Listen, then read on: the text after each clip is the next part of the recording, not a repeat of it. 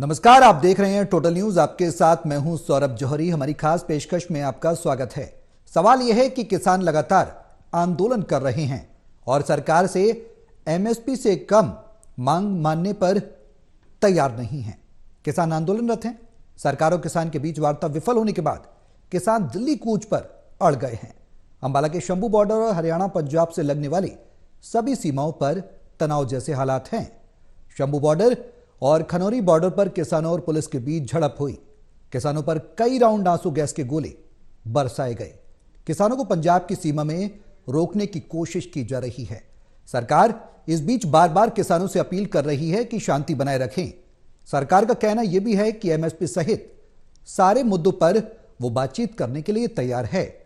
सरकार ने कहा कि बातचीत के जरिए ही हर समस्या का समाधान निकल सकता है, लेकिन किसान दिल्ली कूच पर अड़े हैं।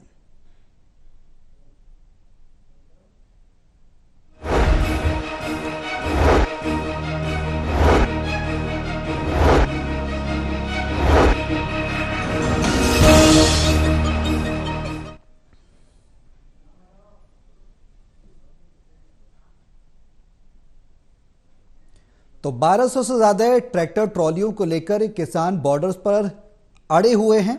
दिल्ली कूच के लिए वो लगातार पंजाब से आगे बढ़कर हरियाणा की सीमाओं में दाखिल होना चाहते हैं और उसके बाद वो दिल्ली आना चाहते हैं। ऐसे में तनावपूर्ण माहौल जरूर बना है और सरकार ने द्वार खोले हुए हैं। 4 दौर की वार्ता बेनतीजा रही है। अब उम्मीद है कि 5वीं दौर की वार्ता के लिए जो सरकार की तरफ से आमंत्रित किया गया है, क्या उसमें कुछ हल निकलेगा, यह सवाल रहेगा। हमारे सहयोगी हमारे साथ हैं, एसोसिएट एडिटर हैं हिसार से डॉक्टर महेश कुमार, पानीपत से एसोसिएट एडिटर हैं देवेंद्र कथुरिया। आप दोनों के साथ हम चर्चा को आगे बढ़ाएं, लेकिन उससे पहले एक रिपोर्ट आपको दिखाते हैं। रिपोर्ट देखिए, फिर करेंगे चर्चा की शुरुआत।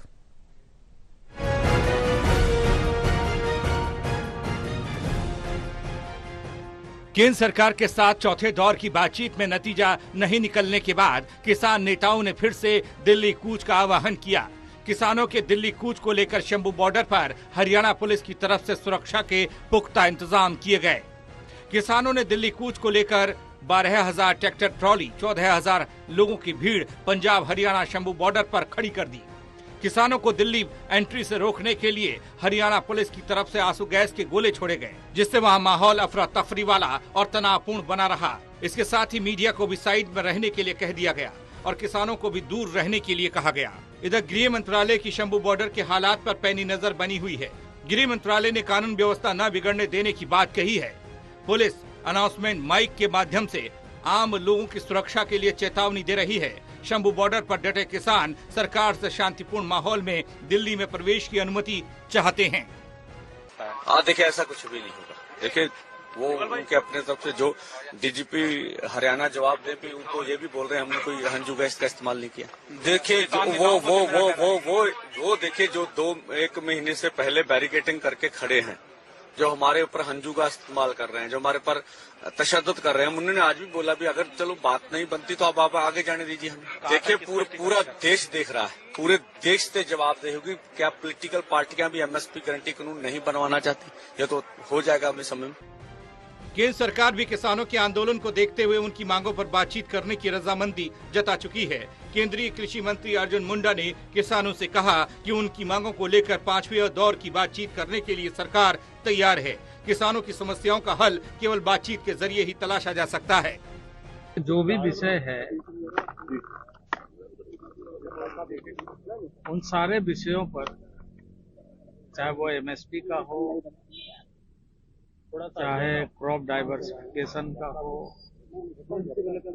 चाहे पराली का हो, चाहे एफआईआर का हो, ऐसे जितने भी विषय हैं सब पर हम चर्चा करने के लिए तैयार हैं। सभी विषयों पर, सभी मुद्दे पर चर्चा करने के लिए तैयार हैं, क्योंकि चर्चा के माध्यम से ही हम किसी समाधान तक पहुंच सकते हैं। बहरहाल पंजाब की 2 सीमाओं शंभू बॉर्डर और खनौरी बॉर्डर से हरियाणा में एंट्री कर दिल्ली कूच करने के मंसूबे बांधे बैठे किसानों को तनाव भरे इस माहौल में 4 वार्ताओं के विफल रहने के बाद केंद्र सरकार के साथ 5वें दौर की बातचीत का ऑफर रास आएगा, और केंद्र सरकार के साथ 5वें दौर की बातचीत के बाद भी किसानों की समस्याओं का कोई हल निकल पाएगा, ये तो आने वाला वक्त बताएगा। Bureau report, total news.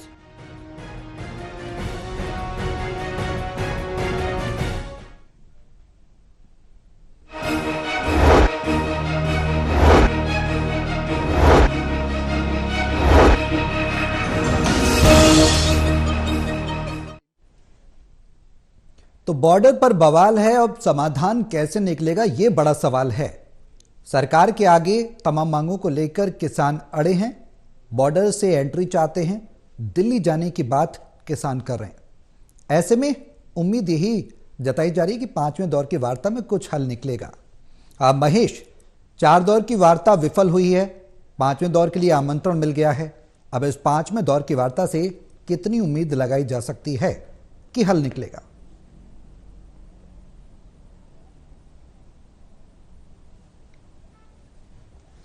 देखिए, वार्ताओं के दौर लगातार चलते रहेंगे और लगातार दोनों ही तरफ से बात कही जाती रहेगी कि वार्ता से ही संकट का समाधान निकाला जाएगा। लेकिन सवाल यह है कि एमएसपी पर कानून बनाए जाने की मांग को लेकर जो पंजाब की धरती से निकलकर किसान राजधानी दिल्ली तक पहुंचना चाहते हैं, क्या एमएसपी पर कानून बनाने के लिए केंद्र की सरकार तैयार है? अलग अलग बहाने यहां पर कायम करने की कोशिश की जा रही है, अलग अलग तौर तरीके इख्तियार करने की कोशिश की जा रही है। पहले कमेटी की बात की जा रही थी कि हम कमेटी का गठन करेंगे, लेकिन कमेटियों का हश्र जो है किसान संगठन पहले से देख चुके हैं। तो ऐसे में अब सरकार पर यकीन करना किसान संगठनों के लिए बेहद दुश्वार हो रहा है। अब यह माना जा सकता है कि इस तरह की बातचीत, हालांकि उम्मीद को तो हम खारिज नहीं कर सकते और हर कोई यही कहेगा कि अगर संकट है तो समाधान लोकतांत्रिक तरीके से किया जाना चाहिए और अगर किसान संगठनों की मांग है तो केंद्र की सरकार को बेहद गंभीरता के साथ उसे सुने जाने की जरूरत है। और यह जरूरत इसलिए भी है कि प्रधानमंत्री नरेंद्र मोदी इसको लेकर हामी भर चुके हैं। एमएसपी पर कानून बनाए जाने की मांग किसान संगठनों की तरफ से पहले रखी गई थी। 13 महीनों का किसान आंदोलन, 750 से ज्यादा किसानों की शहादत, और उस वक्त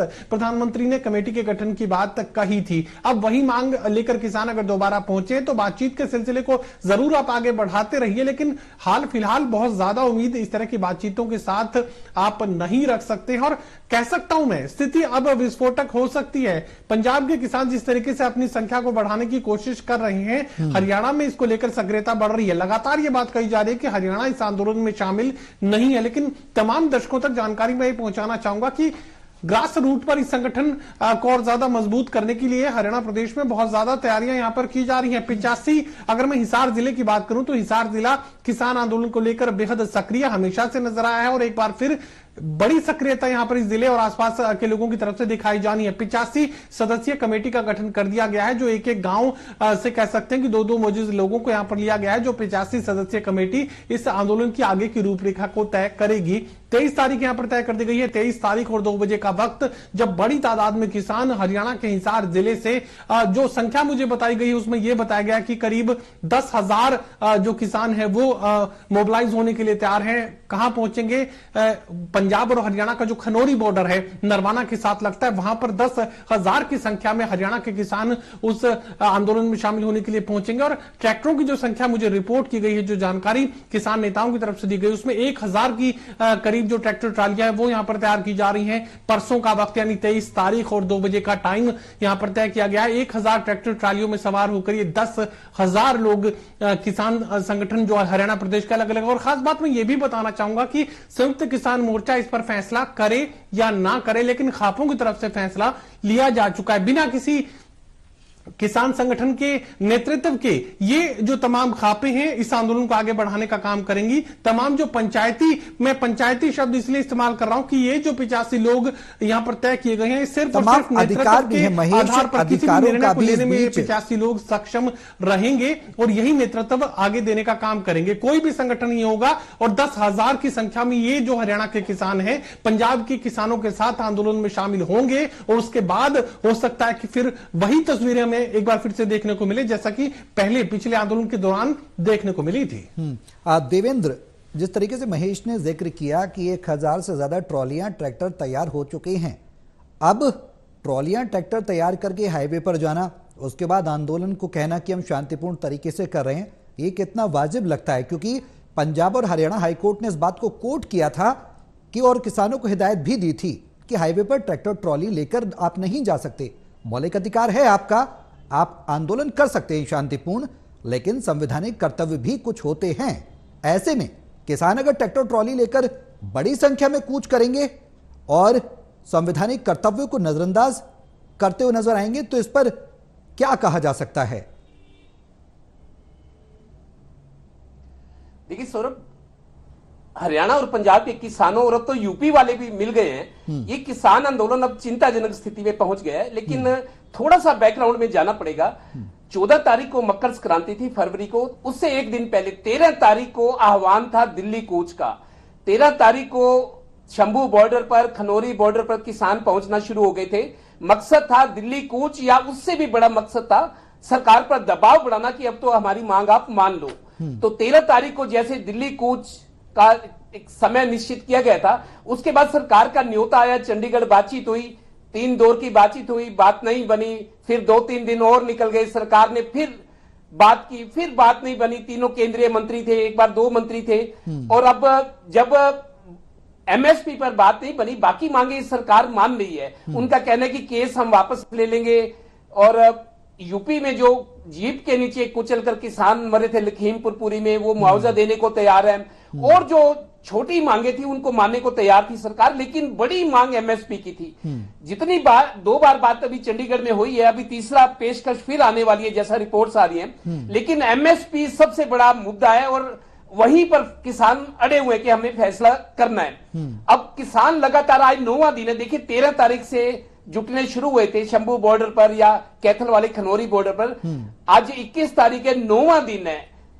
2 बार बातचीत हो चुकी है, बात बनी नहीं। तीसरे दौर की बातचीत अब शुरू करने की तैयारी है कि किसी तरीके किसानों को रोका जाए। आज पंजाब हरियाणा हाई कोर्ट में भी हरियाणा सरकार को भी फटकार पड़ी है। हरियाणा सरकार ने पंजाब सरकार के खिलाफ याचिका लगाई थी कि पंजाब सरकार को कोर्ट आदेश दे कि जो किसान पंजाब के हरियाणा आना चाह रहे हैं, उनके पास हैवी अर्थ मूविंग मशीन्स है, बड़ी बड़ी, जो पहाड़ों को, नहरों को खोदने में काम आती है। बड़ी शक्तिशाली मशीनें हैं ताकि बैरिकेड को तोड़ा जाए। जेसीबी मशीनें हैं और हजारों की तादाद में किसान है, ट्रैक्टर ट्राली है। तो हरियाणा सरकार की जो याचिका हाई कोर्ट में डली थी पंजाब सरकार के खिलाफ, कि पंजाब सरकार को आदेश दिया जाए कि अपने किसानों को संभाले, उल्टा हरियाणा सरकार को आज लताड़ लगाई गई है कि पुलिस का काम है लॉ एंड ऑर्डर को मेंटेन करना, व्यवस्था को संभालना, हाई कोर्ट का काम नहीं है।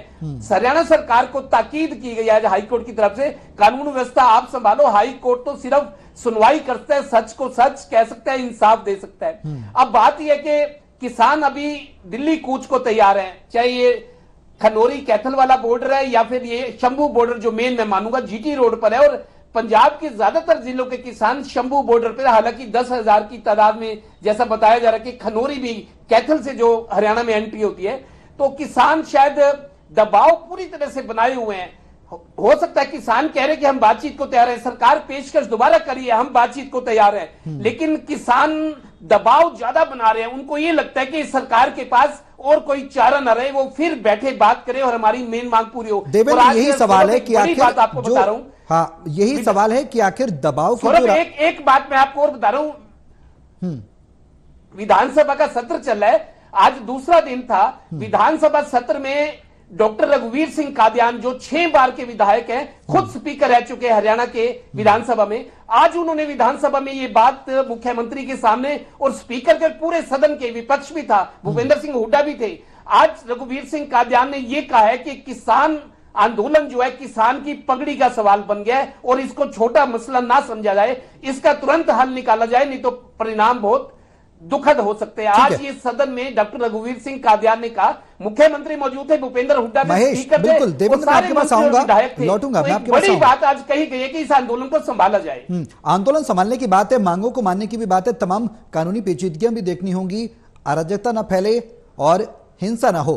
हालांकि किसान शांतिपूर्ण आंदोलन की बात कर रहे हैं। महेश, ऐसे में एक अगर चुनौती की बात अगर की जाए तो सरकार के आगे क्या कुछ चुनौती हो सकती है? क्योंकि अगर स्वामीनाथन आयोग की रिपोर्ट की जो सिफारिशें हैं उसे लागू किया जाता है और एमएसपी कानून के तौर पर सरकार लागू करती है, तो क्या चुनौतियां हो सकती हैं सरकार के सामने, जिसको लेकर अभी तक पेचीदगी बनी हुई है और 4 दौर की वार्ता भी विफल हो गई?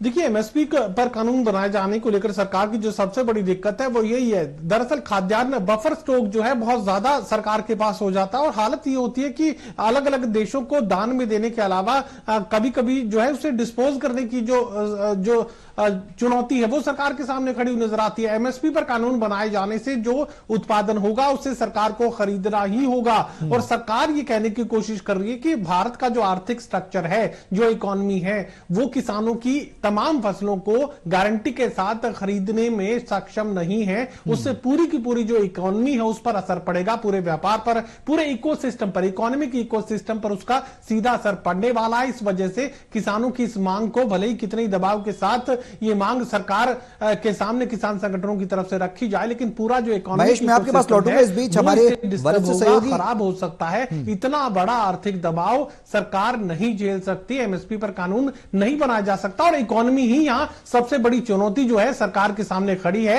ये सरकार कहने की कोशिश कर रही है, जबकि किसान ये कहने की कोशिश कर रहे हैं कि आप वो आंकड़ा जो है सबके सामने, देश के सामने रख रहे हो, जिससे कुल उत्पादन की, कुल खरीदी का जो रकम है, जो रेट है, वो आप देश को बता रहे हैं, लेकिन आप ये नहीं बता रहे कि इस अनाज को खरीद कर अगर आप प्रोसेस करते हैं और उस अनाज को खरीद कर अगर आप बाजार में दोबारा बेचते हैं तो उससे जो आपको फायदा होगा, जो रकम आपको मिलेगी, वो रकम भी इसमें से घटाए जाने की जरूरत है। बिल्कुल। अब सवाल यही है कि क्या सरकार इस चुनौती को पेश पा पाएगी? बड़ा सवाल है। वरिष्ठ सहयोगी, वरिष्ठ पत्रकार वीरेंद्र सोनी जी भी हमारे साथ इस चर्चा में शामिल हो गए।